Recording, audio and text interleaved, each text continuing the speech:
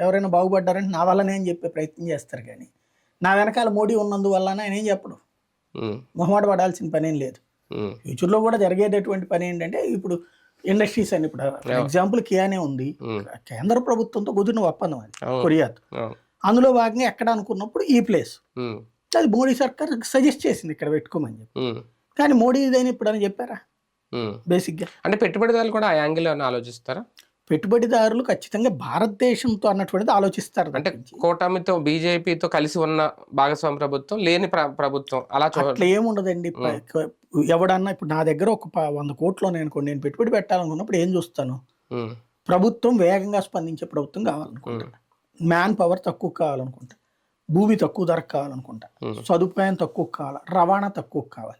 ఇది చూసుకుంటే దాంతోపాటు వేగంగా రిటర్న్స్ రావాలని కూడా చూసుకుంటారు. అదే కదా, తక్కువ రావాలంటేనే అది కదా. రిటర్న్ అంటే ఎందుకు వస్తుంది? అమ్మితే నా మార్కెట్.